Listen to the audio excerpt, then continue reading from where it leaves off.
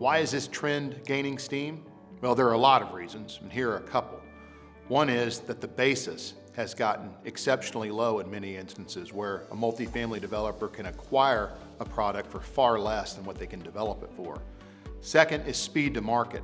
A lot of times a multifamily conversion can be a fraction of time of what a ground-up construction will be. Third, location. Some of these office projects are in the most premier locations in the city, literally sitting at Main and Main. And now a multifamily developer or converter can have direct access to some of the best amenities by being in these prominent locations. And fourth, one that a lot of people haven't really thought about, has been motivated by ESG principles, and specifically on the environmental side, where it's environmentally friendly or much more environmentally friendly to do a redevelopment as opposed to a ground-up development. Less carbon emissions, less materials. But what's interesting is a lot of those trends have already been discussed, particularly in the confines of cities like New York, downtown DC, and Chicago.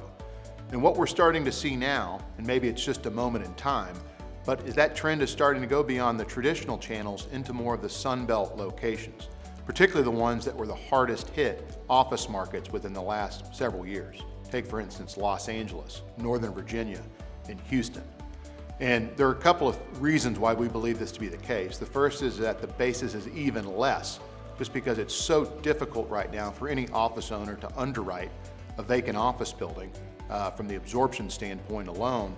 It's allowing a completely new different buyer that has not shown up in traditional Sunbelt markets to really come in and buy these buildings at literally pennies on the dollar. And second, a lot of these office locations have become target residential destinations, whether it's residents looking to relocate within the state or across the country, as they've seen with some of these office submarkets having profound school districts, great homes. And so from an office standpoint, we're really excited about this trend really for two reasons. One, if we're increasing the multifamily within some of these truly traditional office submarkets, we're able to improve the amenity offering because now we've got nighttime populations, a more of a vibrant feeling. Secondly, though, is what we would call absorption by subtraction.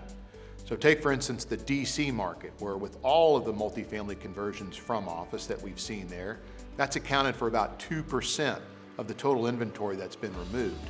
If you start to see some of these buildings within some of these smaller submarkets get removed, you could have an impact of 2 to 3% per building that is removed from the inventory. And so you would have a profound impact to the fundamentals within a particular office market with office projects that are basically have been commoditized and really aren't even functional today, that are dragging down a lot of the numbers that are bearing out on each quarterly basis. So it's something that we're going to continue to monitor. Just as you start to see these types of things take place, you really could have an interesting opportunity where a submarket's health could rapidly improve over a quarter or two when you start to see a rising office market that we're finally getting into post-COVID, combined with some of this absorption by subtraction, where some of these projects may get taken offline.